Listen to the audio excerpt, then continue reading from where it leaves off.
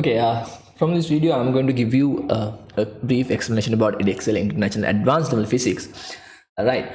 Yes, I know that if you are going to go through with their websites or their documents that they have provided, yeah, you can get more and more details than this one. But I'm making this video for the people, those who are lazy like me. Right. Okay. The first thing, why should you choose physics? Right. I think that's the most important question, right? Yeah. What is it, right? I mean, I know that most of you don't like physics, but it is the most beautiful subject in the world. Right, okay. Suppose that you are going to do a medicine, or that you are going to do engineering degree, or I don't know, physics or whatever you like, to be a pilot or whatever it is. Right? There are some uh, degrees which you call bachelor's degrees for medicine, like, right, and for engineering, and yeah, and for the physics and whatever the course that you are going to do. Then you have to select some universities, right? You have to select some universities. As I told you, here's the first university, second and third and fourth, and go to the website and check what are the subjects that you have to do for that particular degree program, right? If you are doing medicine and engineering, yeah, almost every university, they are requesting you to do the most beautiful subject in the world, physics, right? The next point, why should you choose the Edexcel International Advanced Level Physics, right?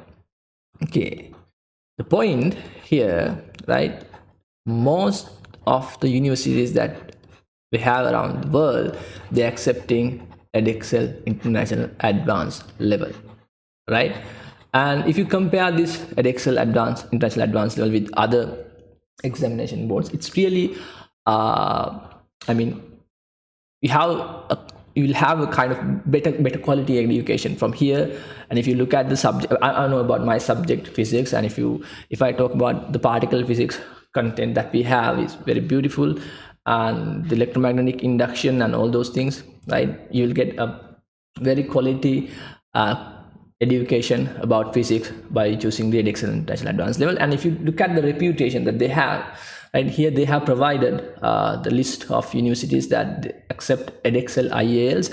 So yeah, I'm not going to name one by one from here. Yes, I will attach this document in the description, so you can download this one. And if you look at these universities, that yes, you can have an idea what kind of reputation they have, right? So if you suppose that you are going to do your higher education in a local university, like, which might be a private one, so you can directly contact them if they haven't updated those information in their website. So you can contact them and ask, do you accept Edexcel IELTS, right? So yeah, by contacting them, you can have that idea. So if you are comfortable with these two properties, I mean, you know what is the field that you are going to do your higher studies, and you know the universities that you want to apply. So if they are accepting Edexcel IEL physics, yeah, you're here.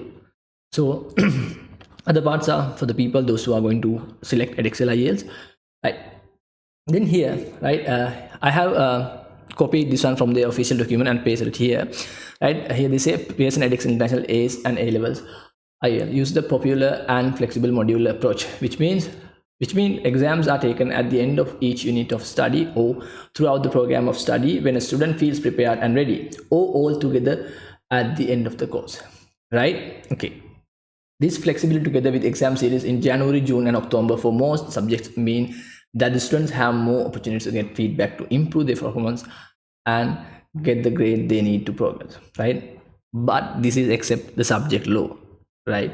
Okay, which means we have 3 exam series. I hope you know this one: January, June and October. So if you are doing as an example, if you are doing biology, chemistry and physics, so for physics we have 6 units. I hope chemistry and biology also have 6 units. I don't know about those subjects. Okay, this is my one. Okay, if you are comfortable with taking the physics first 2 units, unit 1 and unit 2 in January, doesn't matter, third one in June, and you can do the rest in October, or you can do it all together after 2 years or after 1 year, or if you are comfortable after 3 months, yeah, no problem, right? So Now you might ask, how can you register for Edexcel if you are living in Sri Lanka or Bangladesh or India? I hope you should contact the British Council in your area. Then they will provide the necessary information that you how can you register for the Edexcel advanced level examinations. And yeah, if you are doing it in a school, that probably school will take the technical part, right? Here. Then here they say PSN Edexcel International Advanced Level will have an ACE A2 split, which means ACE can either be taken as a standalone qualification or used as a stage on the way to complete an advanced level, right? If you look at the stages over here, right, you have to do ACE first, then you are going to do A2, then from this combination you will get the A level results, right? Or if you don't want to do A2, yeah, there we have the option in Edexcel, right? Okay, here this is the most important part that I wanted to explain, right? Okay, if you are choosing Edexcel IL Physics, these are the papers that you have to write, and these are the subject content that you have. In Unit 1, you will get mechanics and materials, and it is 40%, right? For the Unit 1 paper, you'll get Unit 1 paper is 40% of the total of IAs, 40%, right? And 20% of the and IA, right? But Unit 2, waves and particle nature of light and electric circuit. The same goes 40% of the total IAs and 20% total IA, right? If you look at the diagram, right, I have provided, so if you look at these things, right, you can clearly identify these are the papers that you have to do for your AS level, and these are the papers that you have to do for your A levels, right? If you look at the percentages over here, right, so for A levels 50% is coming out from AS, right, and the rest 50% is coming from the A2 here. Sorry, this is A2, I forgot, this is A2, from the A2. So for your A levels, right, for your A levels 50% is coming from your A's results, and 50% is coming from your A2 results, right? So I will understand clearly. Oh, right. Okay, and here I have typed all the subject content that you have. Yeah, you can download it or you can take a screenshot. All right, here. So I'm going to talk about marking procedure, right? Okay, we have 6 papers, you know that thing, and for AS we have 3, Unit 1, Unit 2, and Unit 3. For the A2 we have till Unit 6. And here you can see there's something called cache-in boundaries, right? Cache-in boundaries. You might wonder what is this cache-in boundaries. I will explain that one, right? Just give me a second. And if you look at the marks, right, here you have something called row marks, and you have something called UMS mark, right? So don't worry about UMS mark. I will explain what is that. And here you have to look at the row mark column, right? Okay, here for the Unit 1, 80, and these are the minimum marks that they expect from you to get these results, A, B, C, D, E, U. And if you look at A's and A2, the main you can identify this difference, but you have A stars in A2, not in AS, right? And if you look at the row mark for the Unit 3, it is 50, right, the maximum mark, and these are the minimum marks that they expect to expected from you to get these grade boundaries, right? Okay, then what is this UMS mark, right? Suppose that you are taking your examinations. I mean, physics are 3 different examination series, right? First one is June, and second one is January, and yeah, third paper is in October, whatever, right? Okay, and I hope you know that the difficulty level of those papers are vary, right? Sometimes we feel January paper is easy, and sometimes we feel like October, November papers are difficult, right? Okay, but they will convert that to your row mark, right? If you add up all the marks that you got for your paper, you will get add up to the row mark over here for the Unit 1, even Unit 2, and anything. I mean, Unit 2, Unit 3, Unit 4, Unit 5, and Unit 6. But they converted that, they're taking that mark what you have gained for your paper, and they're converting it to what we call UMS mark by the calculator, right? They have provided a calculator in the website. I will attach the link for that calculator. By depending on the difficult level of the exam, with the kind of scaling factor, what we call weighting factor, they convert it into UMS mark, right? Then if you look at the UMS mark right here, right, it is, they are converting it to 120. And if you look at the UMS mark, these are the marks that you have to get for take these grade boundaries, 96, 84, like that. So they are converting it to the UMS mark. Then if you look at these cash and grade boundaries, right, if you are, suppose that you have completed all the courses that you needed to complete for the AS level, right, then you will get what we call XPPH11 International AS level physics, right here, this one. And if you look at it, it is a full international AS level qualification. So you have completed the full international AS level qualification if you have the cash and grade boundary. If you have the cash and grade boundary, right? So they are looking for the UMS mark if the maximum marks is 300, and for the A you have to get 240 and B rest, so on. And if you look at the international A level physics, right, YPH11, if you look at here, it is a full international A level qualification. That's your international A level qualification.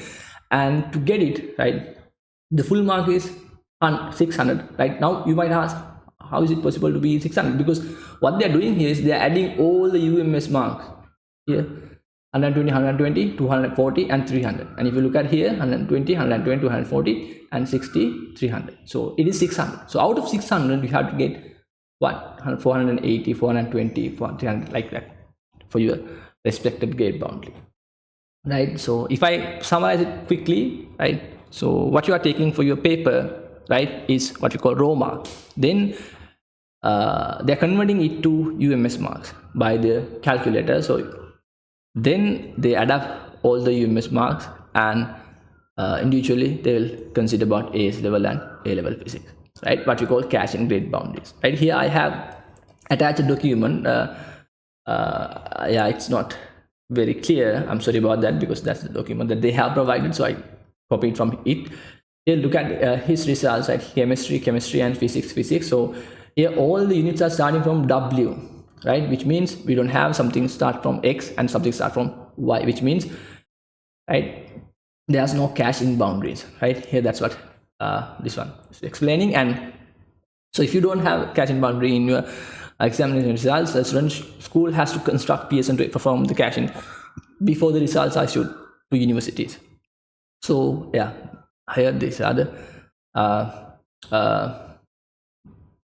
needed details or required details. Okay, here then for the uniform marks at each grade, the threshold of each unit 1 and 2, 3, 4, 5 and 6, here we have. And here this is for unit 1, 2, 4 and 5, and here it is unit 3 and 6. So the maximum raw mark is 120, for 8 is 96, 84, like this, right? We'll do the same thing out of 60 for unit 3 and unit 6, right? Okay, these are uniform marks, right? Okay, here they have given UMS grade boundaries are fixed, so they are the same for each examination. Raw marks grade boundaries may change for each examination, right? The raw mark is never shown on your result slip, so student will either see a UMS mark, a point score, or no numerical mark at all, right? Okay, this is also very important. But UMS grade boundaries are fixed and raw mark grade boundaries may change. So what I have explained over here is 2023 October, something like that. Yeah. As I remember, it was 2023 October, right? But I'm not sure. But if you go to get in the site, please in Edexcel, you can download this kind of grade boundaries for each and every exam, not for recent ones, right? Here, a pass in international advanced level subject is indicated by one of the 5 grades A, B, C, D, E, of which grade A is the highest and grade E is the lowest. And if you look at the A2, A star is the highest and E is the lowest. Candidates whose level of achievement is below the minimum judged by a pearson to be sufficient standard to be recorded on a certificate will receive an unclassified U result, right? Okay, Right here I have provided an example of a result sheet. So here this one explains all the details that you have to know about these things. And if you look at here, right here it says the grade is B capital, and here it is B capital. And if you look at these two, these are right only taken in the January 2019 exam listed here. And if you look at the other results, I mean it is 449 out of 600, and here is 63 out of 20. It is UMS mark. It's a UMS mark, but not, yeah, it's a UMS mark, right? Like that here. And here again another explanation over here, and here you can see DE, something like that one, and lowercase letters indicates unit marks only. If you are taking unit 1, unit 2, unit 3, right, you get lowercase marks, and the capital ones are the grade boundaries, right? Okay, then when you are when you completed the whole qualification, so you will get capital 1 like this, right? Okay, and here I have provided the core practical list, what you have to know for your A's and A2 levels. Right here I have yeah, and A is and A2 over here, right? I will attach this document under the description, then you can download it, right? That's it. Or if you have any further questions about this one, yeah, you can ask, then I'll explain.